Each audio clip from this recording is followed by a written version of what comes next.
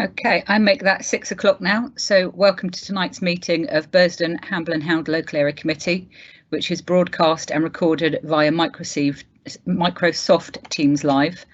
My name is Councillor Tonya Craig. I'm the chair of this committee and will be conducting the meeting tonight. During the meeting, you will hear from members of the committee who are on the screen now. Hopefully, yes, they are.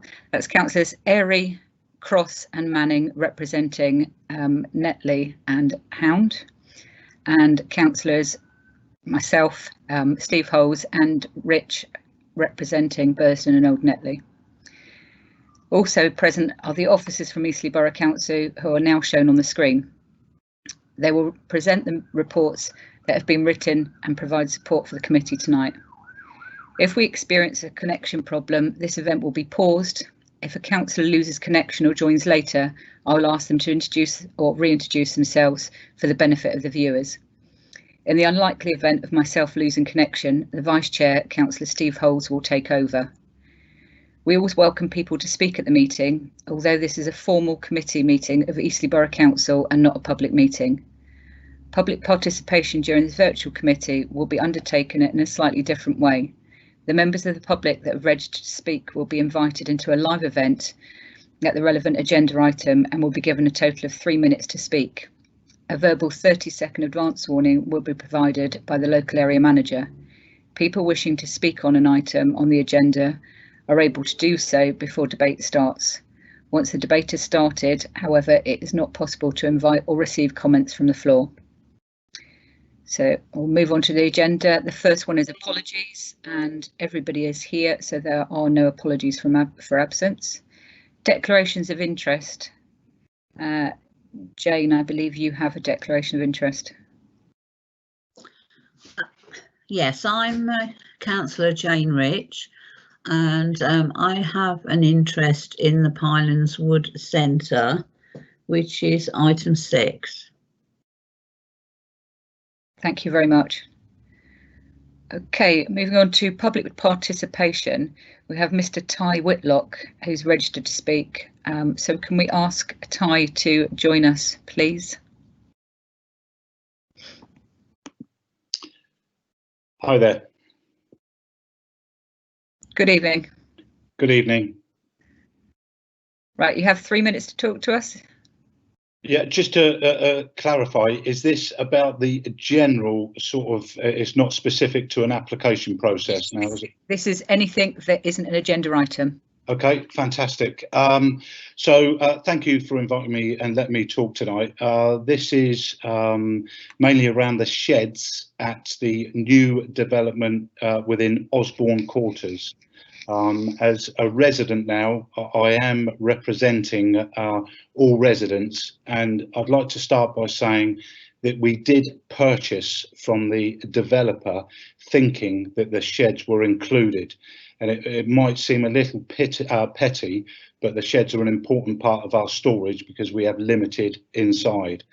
I'd like to say that the residents that have moved in are very passionate about the local area and Osborne Quarters and where it is situated.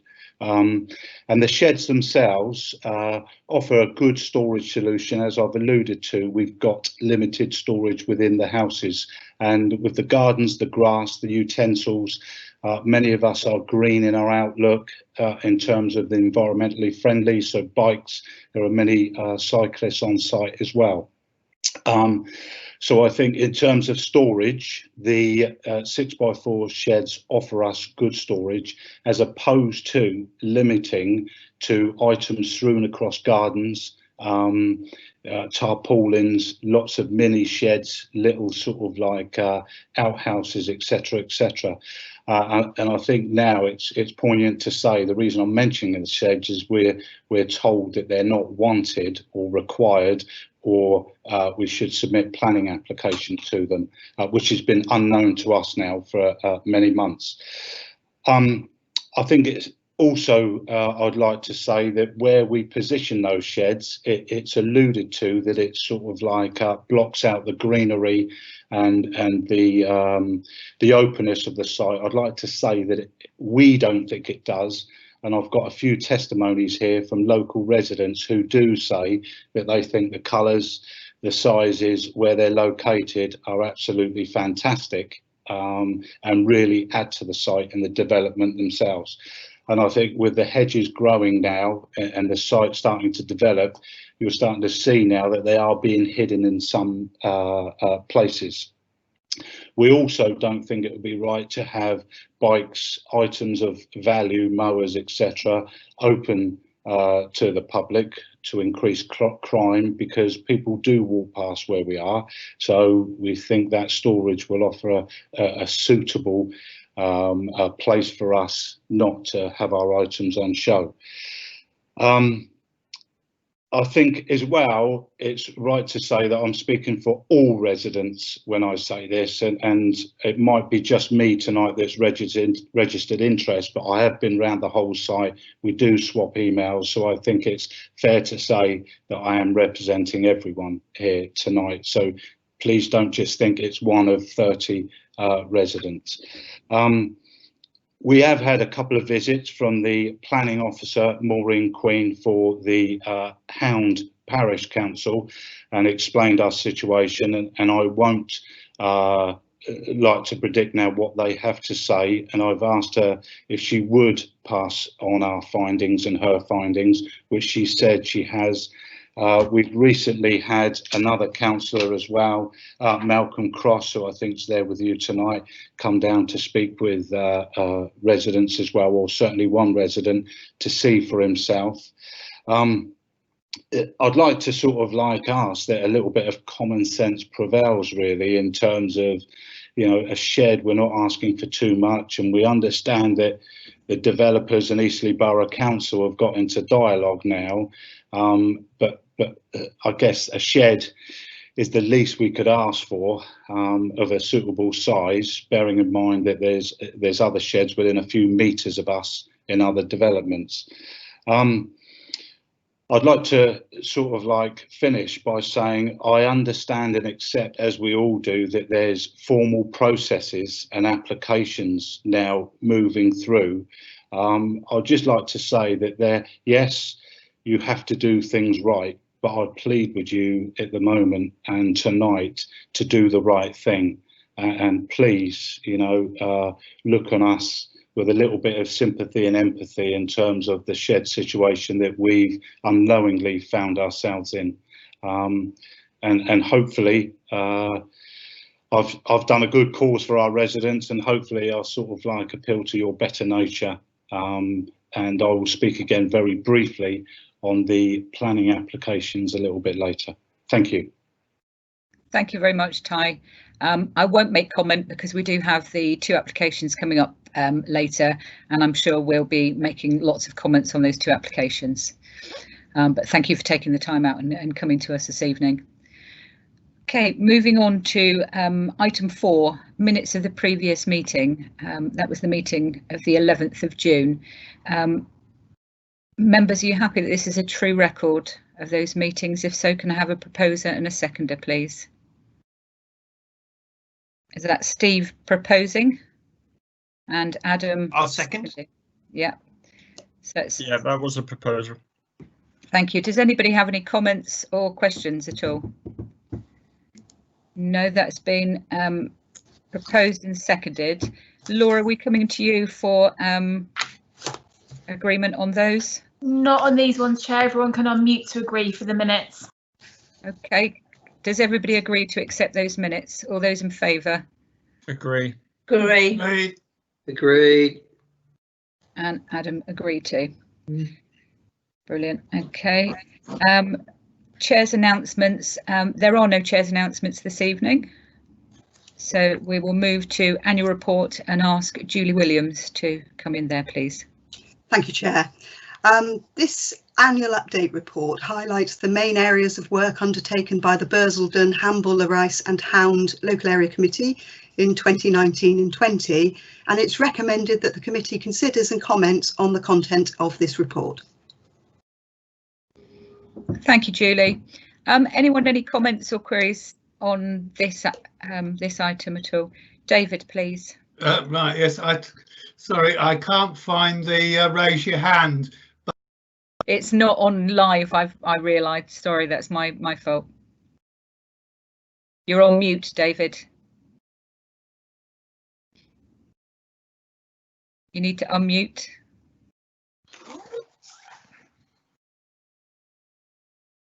Itself back again.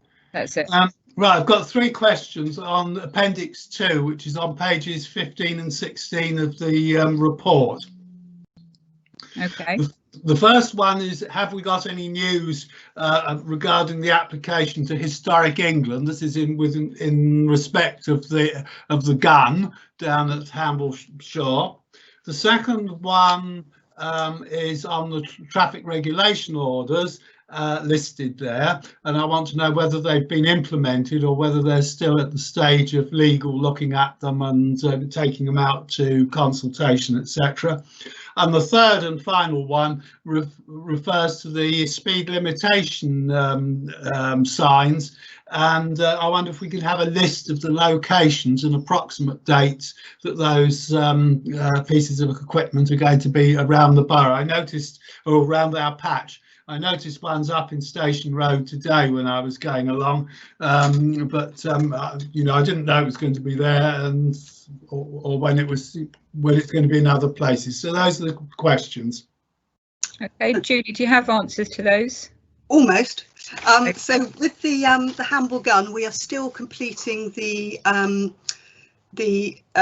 detailed work which Historic England want. So we've pretty much finalised the moving of the gun, but now they want a separate kind of description of where we're going to store it, and we also need to complete detail about the paint as well. So we're sort of well advanced on that, but we want to make sure that we get the storage right, because we can't just store it any old where. So but we're really delighted that they're demanding, quite rightly so, but we're pleased that the main part of the work is done in that respect, and the next bit is for us to submit for the storage. Thank you. So that's the first one. The TROs, I will come back to you on that, but the latest I heard was it should be sometime in July, but I will confirm the exact dates for you.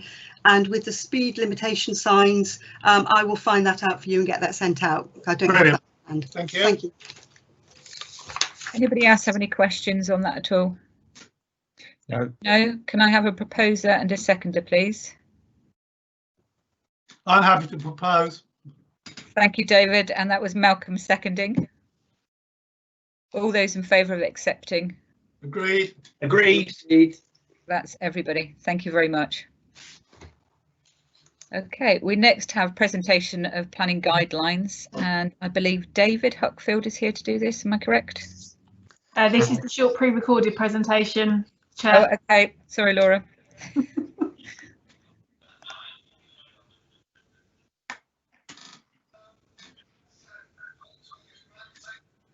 In this short presentation, I would like to briefly run through some key points in relation to the planning process to assist councillors in determining the planning applications on the agenda tonight. The starting point for determining any planning application is that a proposal can only be considered on planning grounds and must be determined in accordance with the development plan unless material considerations indicate otherwise. At present, the development plan for Eastleigh Borough Council comprises the saved policies of the 2001 to 2011 adopted local plan and, where applicable, the Hampshire Minerals and Waste Plan. The committee report for each application will refer to the Minerals and Waste Plan if it is relevant to that application. The Council has prepared a replacement for the adopted local plan, which covers the period of 2016 to 2036. This plan has been through the examination process, and the inspector's post-hearing advice was received in April. Where there are specific policies relevant to a site, the committee report provides an indication of the weight that may be given to those policies. The report will also advise on the weight to be given to the submitted local plan in general. Other documents that may be of relevance include supplementary planning documents, or SPDs, which are adopted by the Council and provide more detailed guidance on specific matters. Guidance and policy published by government is also relevant. In particular, the National Planning Policy Framework, or the NPPF, is a significant material planning consideration. The NPPF sets out key planning requirements, seeking to ensure that planning decisions deliver sustainable development. The guidance recognises that there are different components to sustainability which interlink. For applications proposing larger scale development, the committee report will cover each of these three strands separately. Other material considerations that may be relevant to an application can include, for example, the planning history, both on a site or nearby, appeal decisions made by the Planning Inspectorate, and case law where decisions have been taken through the courts. Site-specific matters such as residential amenity, infrastructure and ecology are also significant considerations. There are some matters that are frequently raised that cannot be considered within the planning process. These include devaluation of property, civil matters such as boundary disputes, and matters that are covered by other legislation. As councillors are aware, there are a number of different types of planning applications, which can be identified by the letter prefix in the planning reference. Of these, a local area committee will typically deal with three types of applications. These are full, outline, and reserved matters applications. Full applications have all the detailed information necessary to determine whether a proposal is acceptable, submitted in a single application as a one-step process. A two-stage process allows for outline and reserved matters applications to be submitted. The outline application seeks to provide sufficient information to determine whether the principle of development is acceptable and may potentially include some detailed matters. This is then followed by a reserved matters application or multiple applications at a later date to deal with the details not approved at outline. Typically, where planning permission is granted, conditions are imposed, which may require further information to be submitted, or may require certain details or measures set out in the documents supporting the application to be complied with. Where more information is needed, one or more discharge of condition applications will be submitted to the local planning authority. Where conditions are imposed, they must meet the 6 tests set out in legislation. This concludes the planning guidelines presentation. Thank you for your attention. Okay, now can I please ask David Huckfield to present on 2 Osborne Quarters, please. Can I remind councillors that they must remain in the room for the entirety of the item in order to be able to vote? David, please.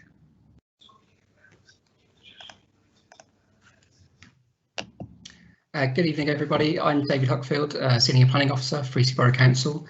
If you bear with me one moment, while I just share my screen.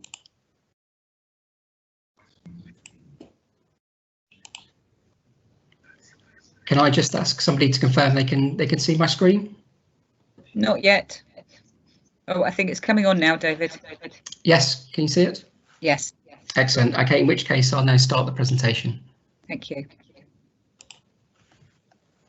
Agenda item 8 is a household planning application which seeks retrospective approval for the erection of a garden store at number 2 Osborne Quarters within Royal Victoria Country Park in Netley Abbey.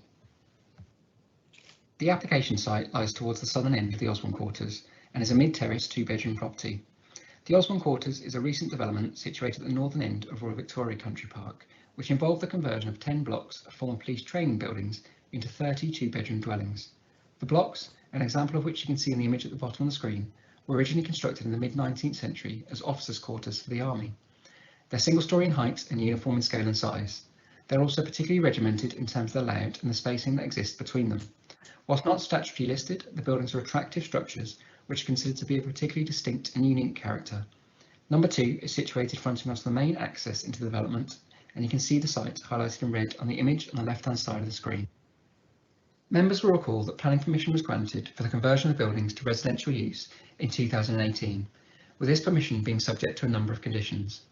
One of these conditions, Condition 18, removed permitted development rights for the properties in the interest of protecting the historic character of the buildings and their setting, as well as the amenity of the locality. Permitted development rights are the rights that homeowners generally have to carry out certain extensions and alterations to a dwelling without requiring planning permission. As a result of the removal of these rights, however, planning permission is required for any extensions, alterations or outbuildings, including garden sheds or stores for the properties within the Osborne quarters. As sheds did not form part of the original plans, they therefore require planning permission. For clarity, this condition does not itself strictly prohibit any further development at all taking place. Rather, its intention is to allow the local planning authority to be able to control development through the planning process in order to ensure that it's appropriate for the unique setting and character of the buildings.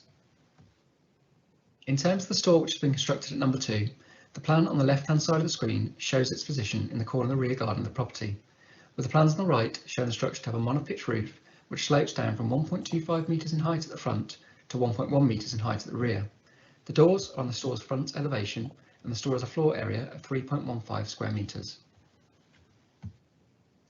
This is a photo of the garden store in situ within the property's amenity area. As you can see, the store is light green in colour and is modest in scale and size, with it being positioned adjacent to the screen wall which separates the garden from that of the neighbouring dwelling at number 3, as well as the picket fence and hedging which demarcates the rear boundary of the plot. This is an image looking towards the site from the adjacent pathway to the east. When the application for the conversion of the buildings to residential use was considered, one of the key characteristics of the site was identified as being the open and verdant spacing that existed between the blocks, and it was therefore seen as particularly important that the conversion scheme achieved an appropriate balance between providing defensible amenity space for residents, whilst at the same time not detracting from the setting of the buildings. As a result, the boundaries of the gardens were demarcated by screen walls immediately adjoining the properties, with these then dropping down to lower level fencing and hedging within the central section between the buildings, in order to maintain a sense of the openness that previously prevailed. It is important, therefore, that any outbuildings don't undermine or detract from this characteristic, and the garden store at number 2, which you can see circled in red on the screen, is considered to be appropriate in this regard. As you can see, its height is such that it does not project notably above the perimeter fencing and hedging, and therefore is not an eminent visual feature from the surrounding public realm. In terms of key points and in summary, the store is modest in scale and size and not considered to be excessive in height. It achieves an appropriate balance between providing for external storage for the residents without detracting from the openness between the Osborne Quarters buildings, which is considered to be an important and integral characteristic of their setting. The boundary fencing and hedging, as it matures, will also serve to further reduce the visual impact of the structure, and overall the development is considered to accord with the requirements of the relevant local and national planning policies. The recommendation is therefore to permit, subject to the conditions set out in the agenda. Thank you, Chair. Thank you, David. Is there anything that you wanted to update us on that's come in since you've done that report at all?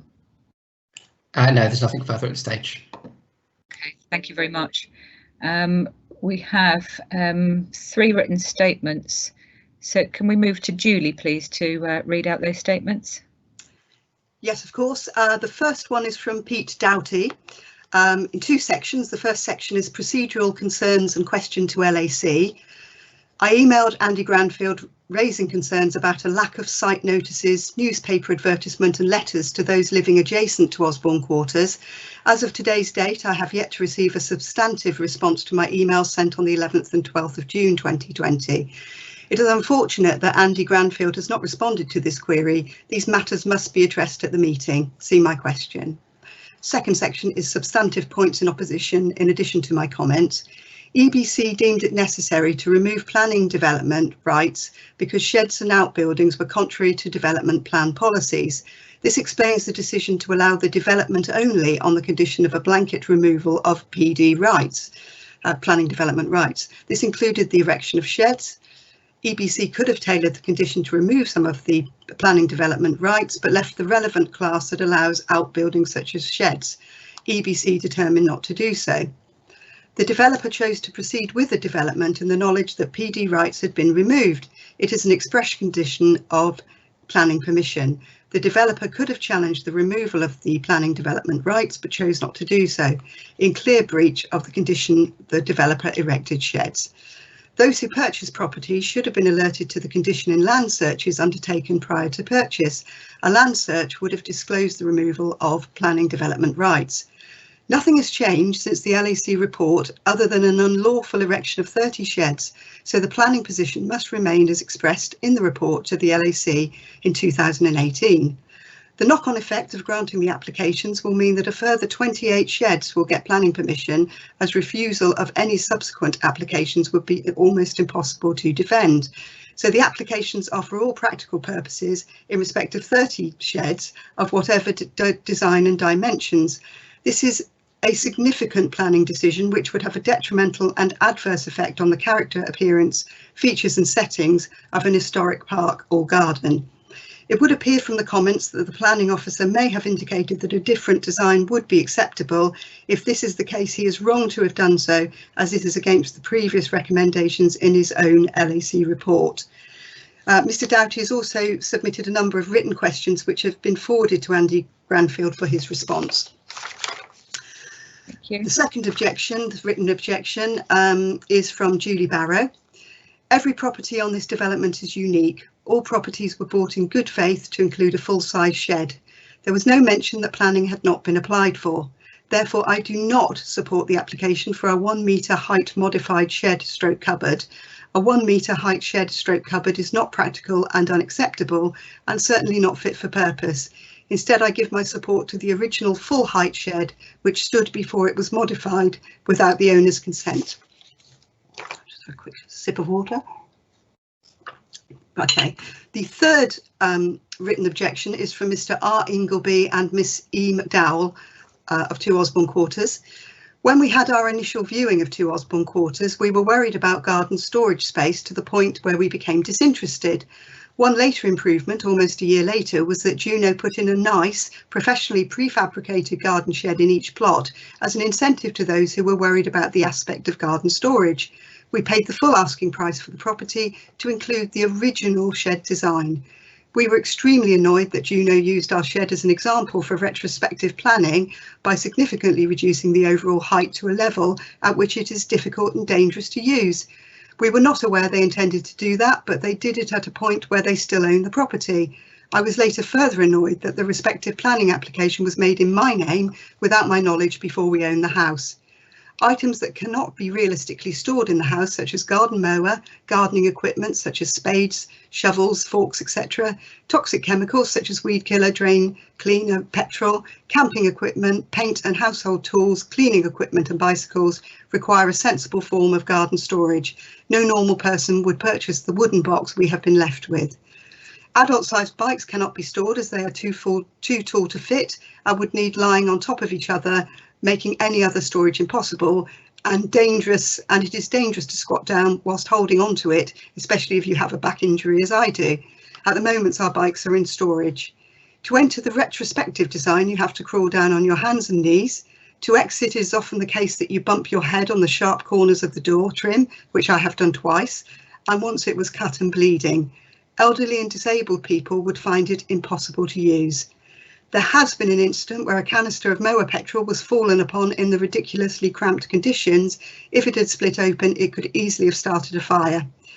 The existing storage, in our opinion, is A, currently unfit for purpose without further modifications, B, dangerous in a number of ways, C, unable to store bicycles upright, D, modifications are not professionally finished, the current unit is barely secure, has gaps and leaks water, and E, it is not as pleasing to the eye as the professionally manufactured prefabricated item that once stood. Thank you, Julie. Thank you. Ty, can I ask you to stand by? I'm just going to go to David to see if there's anything he wants to come back with before Ty comes on. David, please. Yes, Chair, I'll respond if I may. In terms of the points raised by Mr Doughty, first of all, I understand that Andy Granfield has or will be responding to the questions that have been raised separately. In terms of the matter of the condition that removed permitted development rights, the condition was considered necessary in the case of the Osborne Quarters due to the potential for different types of development that would normally be permitted development and could undermine the character of the buildings they're setting. For example, this might be inappropriate extensions, roof alterations, or large outbuildings. As I said in the presentation, however, the condition doesn't prevent any further development at all taking place.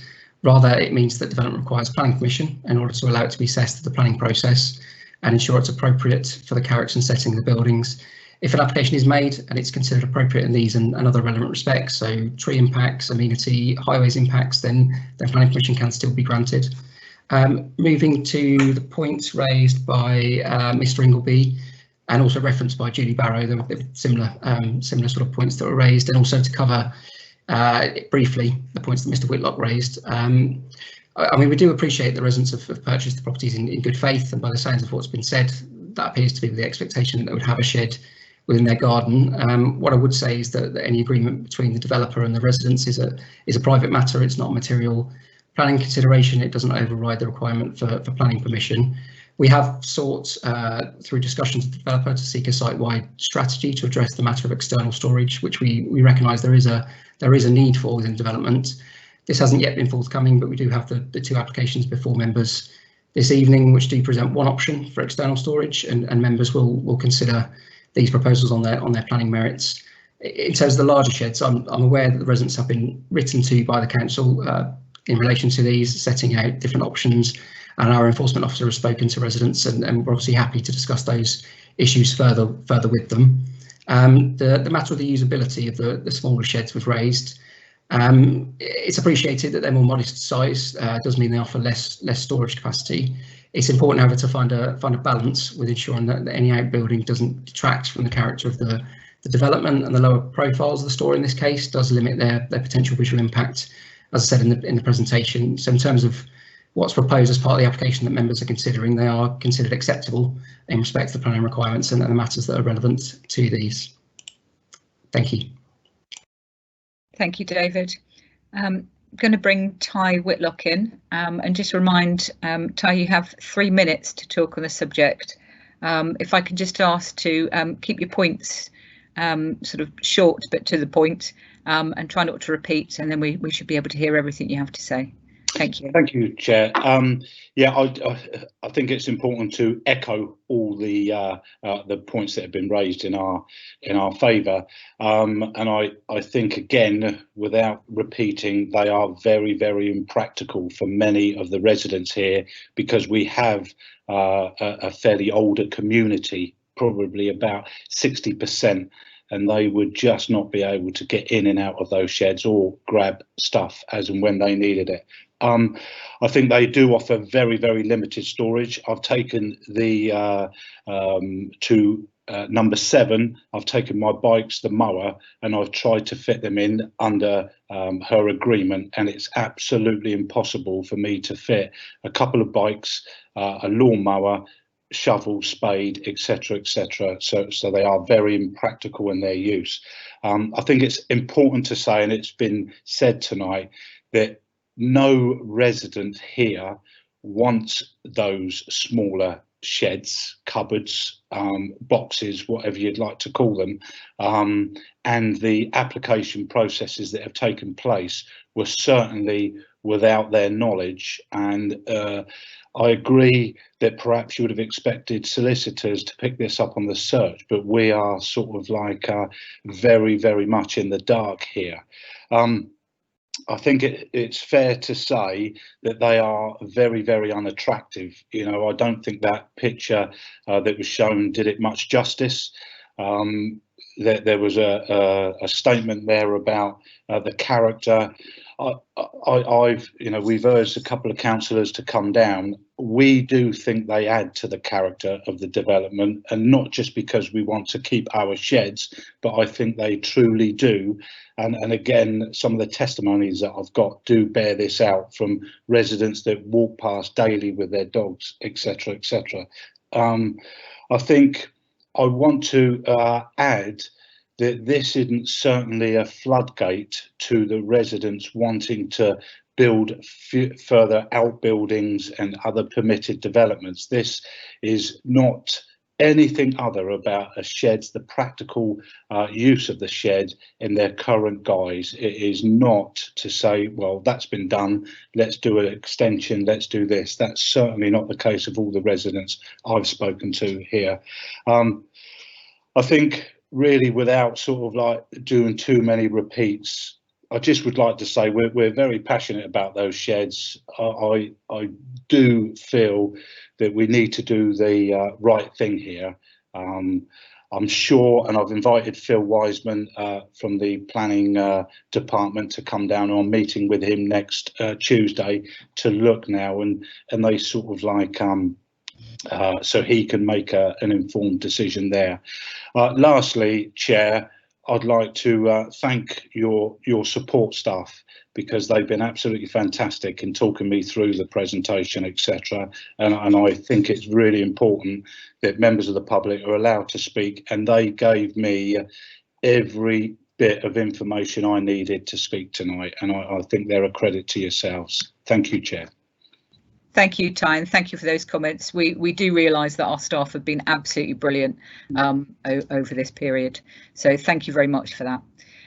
David Hopfield, do you need to come back on anything that Ty has said, or you? Just very briefly, if I may, Chair. Of course. Just briefly. So yeah, the applications have been submitted to us by the developer. The applications that before members tonight as a means by which to seek to address some of the issues that have been raised. Obviously, members are considering the planning merits of those applications this evening. As Mr. Whitlock mentioned, officers have been in contact with the residents, and as I said previously, are happy to continue discussions with the residents to try and resolve the issue of the wider sheds across the remainder of the site. Thank you, David. I think we've now had all the comments. Julie, was there anything in support? Yes, Maureen Queen has submitted a written statement of support. Lovely, thank you very much. Okay, over to councillors for debate. So who would like to start? Oh, sorry, Chair. Before you start, can I just clarify this should be questions rather than debate? So you start with questions before you propose second, then move to debate, just to be absolutely crystal clear. Well, we've always debated and then proposed, because we debate so we can ask questions. OK, fine. OK. Adam, please. Thank you, Chair. I just had a simple question. Where is the applicant this evening? Where is the developer? Where is Juno to talk to us about what's happened? Does anybody know? Obviously not here, Adam. Thank you. That's what I wanted to ask. Thank you ever so much. OK, David, please. Yeah, I have typed on that. Ask a question. The question is this: are we dealing with both applications in one debate, or are we going to have two debates for two applications? That's the first question. And the second question is, obviously there's discussion about large sheds, small sheds and every other shape of shed, but I want to be crystal clear about where we are in terms of what we can talk about, for example, and refer to in the larger sheds that are already on site. I think it's just need a bit of clarity there, please. OK, do we have Astrid here? Because I believe that we have to discuss them on each merit. So I believe that we have to take it as number 2 first and then number 7 afterwards. Is Astrid there?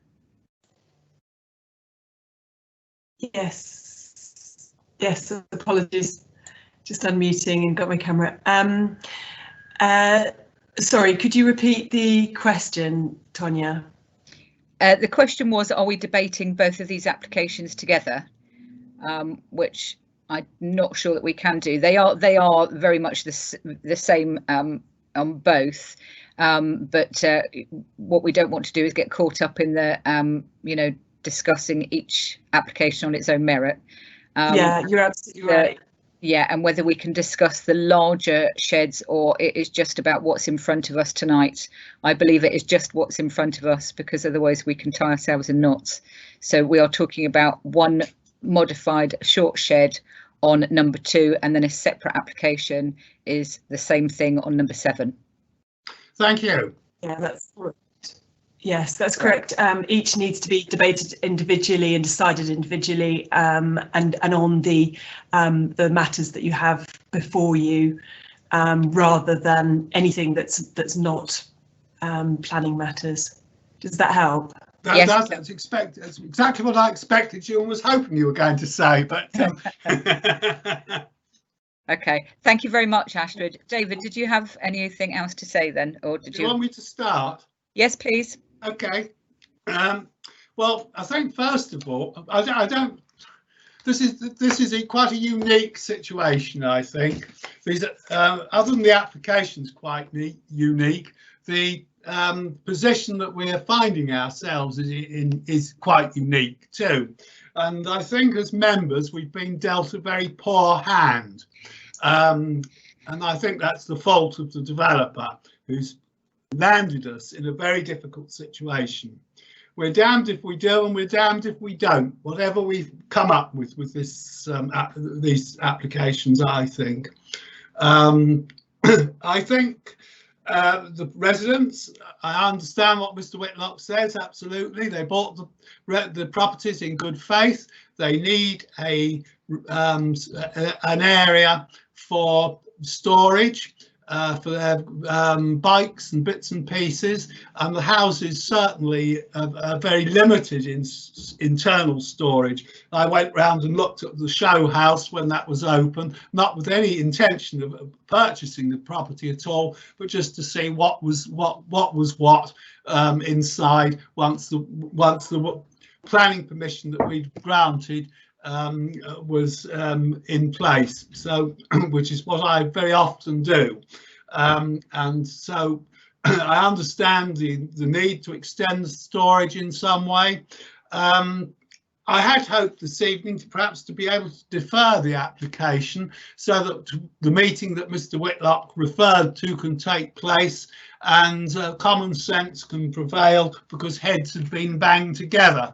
But I've been advised by our legal officers and planning officers that deferring the application would not really be appropriate, and therefore I won't do it, which is a pity, because I think this needs heads banging together, this situation, to bring common sense, as Mr. Whitlock asked for, to be.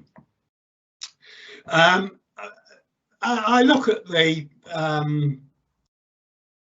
I've been out and looked at the other evening. I've sort of followed this development all the way through. It's been a bit of a nightmare from beginning to end, I have to say.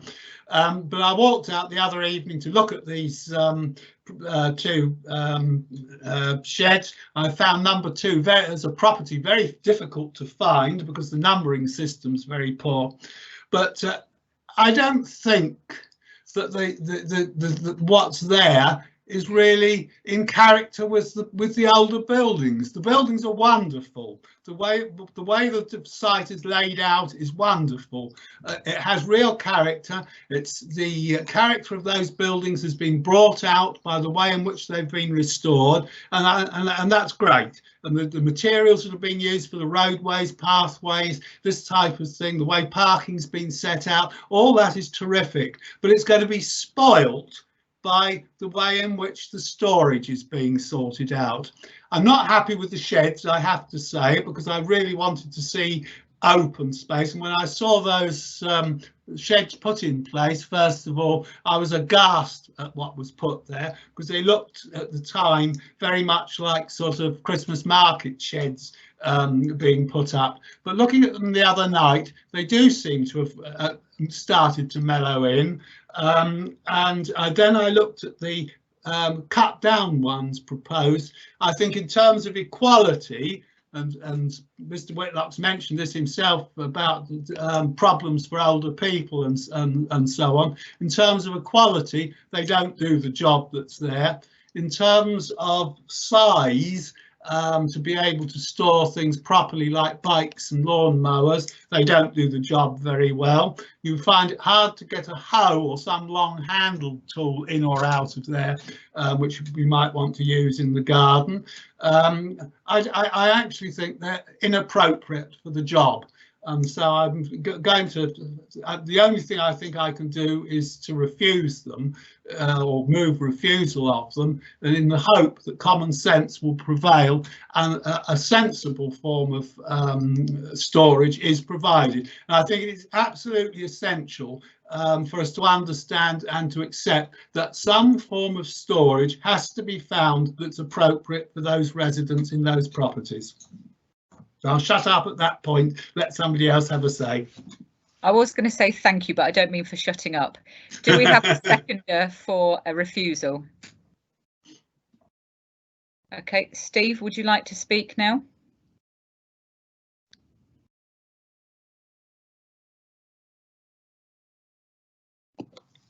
Now that I've unmuted, yes. Thank you, Chair. Well, like David, this has really got my head scratching, because in 25 years, I've never come across a case like this.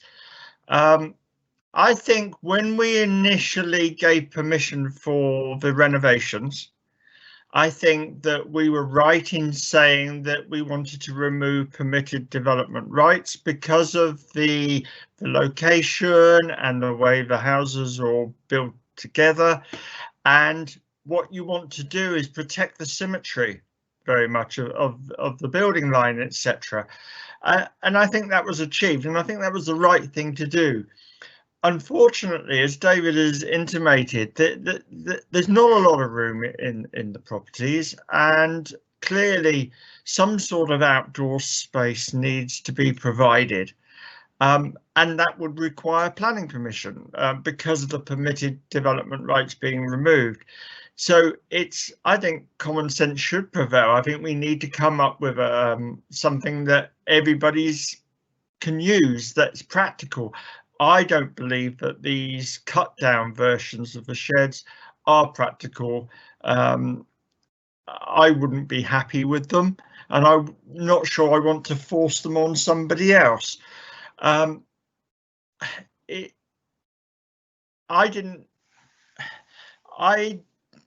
sort of agree with David in that I believe the sheds that are there are sort of beginning to blend in, and I think there is opportunity to, at this meeting next week and in the future, to come up with a solution that will suit everybody. What really annoys me about this, though, is that these applications were put in by the developer, and the developer's not here to defend them. And it's clear that the resident of number 2 has sent in a written statement. Not everybody is happy talking in public. I get that, and we have a provision for a written statement, and that's fine. No less weight attributed to that, and it's clear from her statement that they didn't know that these applications were being put in. There is no consultation with the developer over it. And it's just bizarre that we're looking at an application here that a resident hasn't actually submitted themselves. It's crazy. I think a refusal is the only way forward. These aren't appropriate. They don't do the job. And maybe what we need to do is all get together and decide whether some sort of shed facility within those dwellings or plots is suitable and is not going to overpower the openness of those gardens and the general look of the estate. I'm sure that can be done. It just means that a lot of talking is going to be required. But I am happy to second the proposal to reject. Thank you, Steve. I have Malcolm next, and then Adam, please. I'm colourblind, so have I got red around me? Yes, you have. You're live. Oh, thank you, because I couldn't see the red. Right, thank you. I went around the site the other day, and I did look at the little lean-to things, and I've never seen such an amateur's job in my life on those, and I just shook my head just looking at them. But in my opinion, when the site gets older and they start to blend in and the bushes start to come up, I think it's like a traditional back garden which they used to have in the tenement buildings. But also around the site, there's places where they can move the sheds beyond the brick walls, which can obscure. There's certain places, so you're not going to have them all there. So some can be obscured as well. So my opinion is to refuse. And also, I think we're in, as David said, we're in a rock and a hard place here. It's just the concern that the people, I believe, when we refuse this, will be have enforcement on them to remove those flat packs, on which are 2 and 7. I think that would be correct, and I think it's totally unfair on those people. But we also got to think about, if we refuse, we are going to affect the other people later on, and they may have different ideas after the meeting than the other 2 and 7. So, but at this point in time, those 2 lean-to ones, I think I would go to refuse the application for number 2. Thank you. Thank you, Malcolm. Just before I bring Adam in, can I go back to David Huckfield, please? Thank you, Chair. Just to be clear, if members are minded to refuse the application, they need to state clear planning reasons for doing so. Obviously, members are considering the material planning considerations associated with the garden stores that they are considering this evening. So that's things like the scale, the size of the sheds, impact on amenity, visual impact on the character of the area. So if members are minded to refuse the application, then planning grounds do need to be put forward for that decision. Thank you. Thank you, David. I'll ask David to think about that, but can I take Adam, please, first? Thank you, Chair. Thank you. And firstly, may I thank our officer, David Huckfield, for his excellent report. We're very lucky to have somebody with his professionalism and expertise providing his very helpful report. Planning law in these sorts of situations is always a complex balancing exercise. So to have somebody with his experience and his sense of finesse is very helpful. Also very grateful to Mr. Whitlock this evening for coming along and speaking so passionately and so eloquently to us about the thoughts and the needs and the desires of the people who actually live on the estate, which is, of course, is going to be an important factor that we as councillors need to think about. I have to say, ladies and gentlemen, I find this situation very difficult, and I'm astonished and bitterly disappointed that we've ended up having to deal with this particular point. The developer, Juno, is undoubtedly a substantial commercial operation with access to all sorts of consultants and experts who can advise on this sort of operation. This is a prestige project. This is not a development any old place. This is in the Royal Victoria Country Park. And if you live in Netley, if you live in this local area, the Royal Victoria Country Park is special. And so to have this prestigious project and these historic buildings that are very attractive, they should have thought everything through very thoroughly before they commenced work and before they finalised this, including thinking about the storage needs of the people that were going to live there. So I'm astonished and rather appalled that we've been put in this place as a result. And I'm sorry if I sound a little bit cross, but I am a bit cross, to be perfectly frank, particularly when I think of Peter in dealing with this particular conundrum and having to speak to us, and he's made clear how strongly the local feeling is within the estate. As I say, this is in the Royal Victoria Country Park, and of course it's just down the road, or rather very near to the hallowed ground of the military cemetery as well. So it's a very special, prestigious project. The developer is supposed to get this sort of thing right. That's what I can't understand about this. When I think about the application in itself and the quasi half cut sheds that we've been looking at, I mean, to my mind, I think they're nothing more than rabbit hutches, to be perfectly frank. We've got guinea pigs that live in something pretty much the same sort of size. And the problem with that wouldn't be so bad in itself.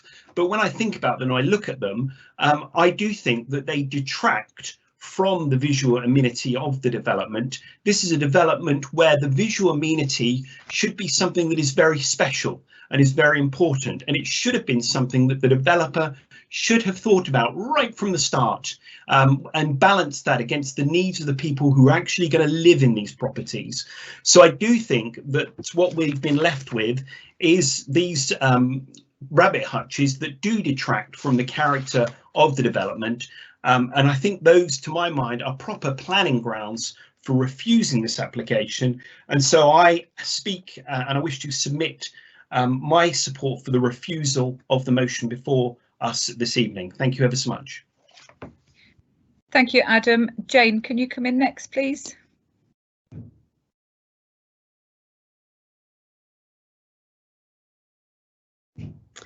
Sorry about that, I was having trouble unmuting. I just wanted to actually ask a question. As these sheds have been cut down, would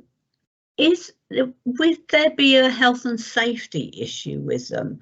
I mean, I've heard that the resident has damaged themselves twice, and I just wonder if there's a health and safety issue with them. But I agree with everyone else, and my reasons are actually size. Now, that's a planning reason, but the size is too small or the wrong shape. So, you know, I just think we have all agreed to reject this, and my reason is size. Thank you. Okay, I'm going to go back to David Airy to start with. David, have you got refusal reasons laid down? Well, I've got two things here. First of all, I think that they detract from the character of the development and also the visual environment of the location. And the second issue I scribbled down here is about the equality issue, in so much as that they're difficult to use for disabled or elderly persons, and I think that's important in terms of we would say not fit for purpose, but that's the reasoning behind it. I think is the equality issue. So I've got those two comments to start with. Steve, as seconder, is it? Sorry to cut across, Chair, just to say that you as councillors have to disregard anything that's put in the chat by Ty. Apologies, as you're in debate, you can't consider what's been put in the chat. Okay, thank you, Laura. Steve, was there anything you had to wanted to add as second in this refusal? Thank you, Chair. I think I'm very much along David's lines, where we're really looking at the impact. It doesn't really benefit or improve the surrounding area. I think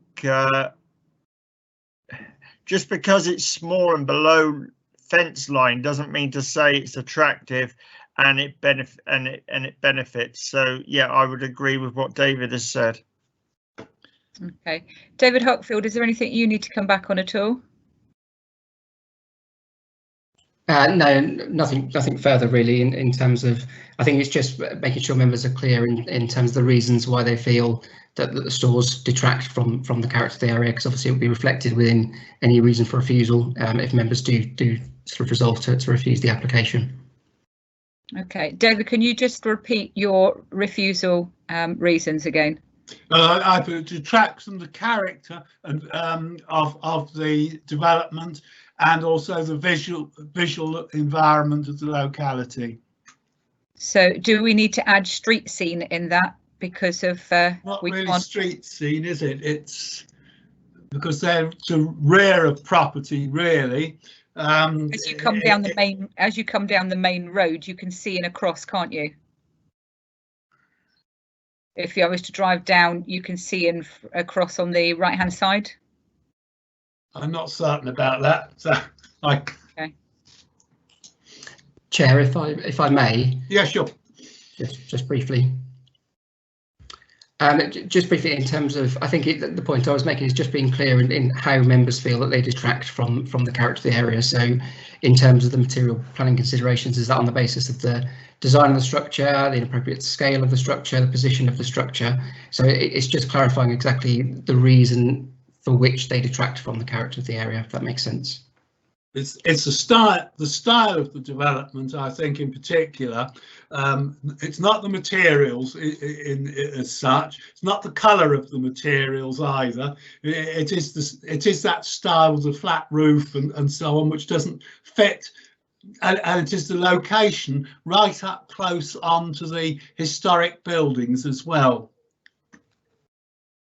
If that helps you, David. That's fine. That's clear. It's just providing that clarity, because obviously we'll need to. Yeah. My other reason was the equality issue that I said, because the development is difficult to use for elderly or disabled persons. Okay, thank you, David. I myself are very, very disappointed with Juno as the developer. When this first came to us for development of these old buildings, we went through a very long time discussions that went on to make sure that we had it right for people.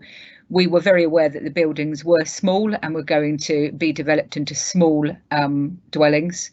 One of the reasons we wanted to put the protection on there in the conditions was to make sure that it wasn't ruined by people putting extensions on, outbuildings, etc. So we could monitor it. We weren't saying they weren't to have any storage, because we were all well aware that they would need it. But I think it was that we could actually make sure that the area was kept in the way that we wanted it kept in. So I think the developer, just to come in, put the buildings the way they are, not even bother to come back to us and have those discussions about what would be fit to put in the gardens, is absolutely disgusting. I really hope that they don't come back to us with another application somewhere else in our area, because I'm sure that we will be scrutinising them with a fine-tooth comb. We've always been open and asked for developers to come and speak to us on any site that they wanted to develop in our area, because we are passionate about our area. We want to protect it for the future. So for them to have done what they've done, I'm, like Adam, quite furious about it. Okay, but it's been refused. It's been, proposed and seconded to refuse this application. Laura, we'll need to do a roll call. So if I can bring Laura in. Chair, could I just respond? Apologies, Laura. Could I raise one further issue, if I may, if that's okay? I do apologise. Just giving some consideration in terms of what councillor area said in terms of the equality issue. Obviously, planning applications need to be determined in accordance with the development plan, and there isn't a development plan policy specific to equality. It's obviously relevant, but it's covered by other legislation. So my advice would be that it's noted and it's minuted, but it isn't a sort of material determining factor in terms of the decision that's made on the planning application. I'm happy with that, David. Thank you. We'll bring Laura in now, please. Of course, Chair. So, councillors, just to be really clear, we are voting on your proposal to refuse the application. And reminder that I think you've all been present for the entirety, but you must not vote if you haven't. So I will start with you alphabetically to refuse the application. Councillor Airy. I'm voting to refuse. Councillor Craig. Refuse. Councillor Cross. Refuse. Councillor Holes. Refuse. Councillor Manning. Refuse. Councillor Rich. Refuse. Okay, so that's unanimous to refuse, Chair. Thank you, Laura. And can I just again thank Ty for his time on this one, because it is appreciated when members do come to these meetings and speak to us. Okay, so we'll move on to application number 9, which is 7 Osborne Quarters. Have you got a smaller presentation on this one, David, or because it's yes, it is relatively brief. I won't go over the same issues that we previously discussed in terms of the history, etc. So if you bear with me again one moment, I'll just share my screen.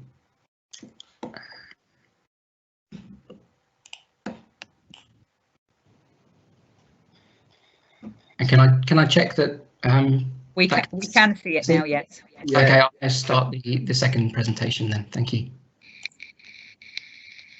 Agenda item 9 is a further householder planning application which seeks retrospective approval for the erection of a garden store, this time at number 7, the Osborne Quarters.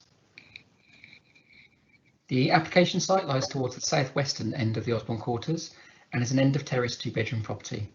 Number 7 is situated alongside the spine route, which runs from southwest to northeast through the centre of the site, and you can see the property outlined in red on the image on the left-hand side of the screen. We covered the matter of the planning history of the site and the removal of permitted development rights for the properties within the Osborne Quarters within the previous presentation. This slide is therefore just to reiterate why planning permission is required for the store that is the subject of this application. These are the plans of the garden store at number 7. The image on the left shows the position of the store within the garden, with the plans on the right showing the store to be the same size and scale as that at number 2. Again, it has a monopitch roof and is 1.25 metres in height at its highest point. This is a photo of the garden store in situ within the property's amenity area. It's positioned adjacent to the rear elevation of the dwelling, which you can see behind the structure, as well as alongside the perimeter fencing and hedging that surrounds the garden, which you can just about see on the left-hand side of the image. This is an image looking towards the application site from the central spine route and parking area within the Osborne Quarters development. Again, as you can see, the modest height of the store limits its visual impacts from its wider surroundings, with the fencing and hedging providing screening for the structure in this respect. So in terms of key points and in summary, the store is modest in scale and size and not considered to be excessive in height. It achieves an appropriate balance between providing for external storage for the residents without detracting from the openness between the Osborne Quarters buildings, which is considered to be an important and integral characteristic of their setting. Boundary fencing and hedging, as it matures, will further reduce its visual impact, and overall, the development accords the requirements of the local and national planning policies. The recommendation is therefore to permit, subject to the conditions set out in the agenda. Thank you, Chair. Thank you, David. Is there anything you want to add, maybe that's come in late? No, nothing further at this stage. Thank you very much. I will go to Julie. We have a written statement and objection. Julie, please. Yes, thank you, Chair. Yes, we have an objection from Martin Wilson. With reference to the above, which is on the agenda of the LAC meeting on the 2nd of July 2020, I have submitted my objections, although there seems to have been a failure by planning to carry out the correct notification procedure. I wish to submit the following questions to be read out by a spokesperson on my behalf. Number 1, during the course of this development, many blatant breaches of conditions, including the above, were reported to planning enforcement and still exist. Can they please answer as to why they have not issued any enforcement notices? Could the LAC give clarification as to where their responsibility ends once having given approval to a planning application, as it appears that no one is prepared to take ownership for their actions apart from Councillor Airy? During the course of this development, questions were asked and issues raised to other councillors, but it appears no action was taken. If monitoring had been carried out, many of the issues would probably have been resolved. Why is it that the application has been submitted following the blatant breach of the conditions by the developer in the original planning application is now being recommended to be approved? Is it not the responsibility of planning and enforcement officers to ensure that planning applications made as a result of breaches of conditions are rejected? Otherwise, this sets a precedent for future breaches. Thank you, Chair. Thank you, Julie. And Ty, you're down to speak again. Is there anything that you want to add that's different on this site at all? I think it's all the same items, Chair. I'd just like to add really that we're all here very passionate about the park and the local area, myself included. And I think if you look at the gardens and the way they're maturing, you talked about the maturing hedging, the fencing, you know, that is growing sort of every couple of days now. So that's soon going to be, you know, 5, perhaps 6 feet around there. So I know we've touched on open spaces, but you know, some of them separating walls are around about 6 feet, and the hedging goes up to that. You know, it's going to have limited impact on that overall openness and feel, but it will still be a green space there. So yeah, again, you know, from the residents, and speaking to number 7 this morning, she didn't know this application was being put in. She is one of our older residents. She is wholly against that, and I think that's worth reiterating. Thanks, Chair. Thank you, Ty. David, is there anything you want to come back before I open up to members? Yes, if I may do so, Chair. Just in response to Mr. Wilson's points, and in respect to the question concerning enforcement, our enforcement team have monitored the site throughout the development and have sought to engage with the developer to resolve any issues that have arisen during the process, rather than resulting straight to full enforcement action, which is not always the most appropriate option and should really be used as a last resort. At times we do have to take a pragmatic approach and look at what the material harm that arises from any breach is and decide on what the best course of action is to take. I would say that generally the development is a good scheme and it's breathed new life into the buildings, as Councillor Airy referenced earlier, and I'm sure that people would agree with that. It is recognised, however, that there are some outstanding issues which we're still looking at and are under review, including the sheds, and we'll be happy to update members and also the residents on those in due course. I think that the second point was really a question about the role of the local area committee. Some members may wish to respond on that point Mr. Wilson raised.